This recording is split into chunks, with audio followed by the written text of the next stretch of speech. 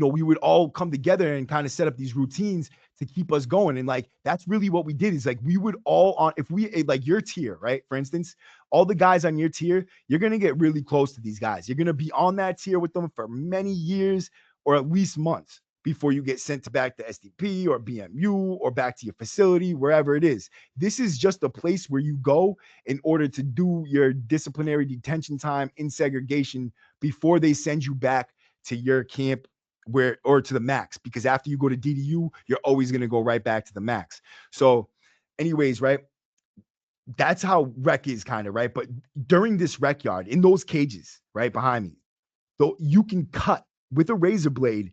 You go out there, say if you had beef with someone on your tier, you guys, the people that were in between you would refuse rec so that you could get next to him in that next cage over, right? So those guys would refuse rec and let you guys fight.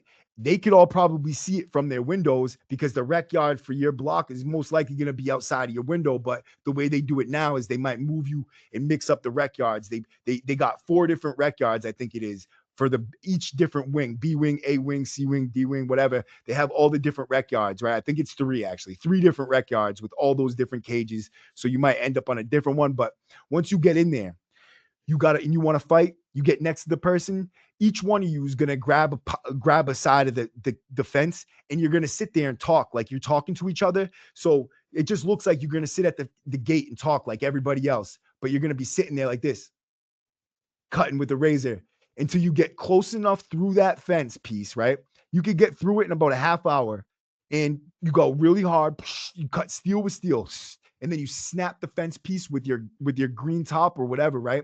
You could, your gray, your beige top, you take it off like your scrub top, and you just pop it, boop, right? You want to do it too loud. The reason why you use your gray top is so that the whole fence don't shake. Like, you pop it, and then the other person does is you each start pulling the thing and unzip it, right? It's like a zipper. You pull the thing, and most likely, if the dude you're fighting is actually a good dude, he's gonna let you get through the cage. He'll hold the cage for you so you get in before he starts swinging at you or stabbing you, because it's just the honorable thing to do. Most likely, if you don't do that, you're just a scared ass little bitch, bro, right? Because this is an honor match.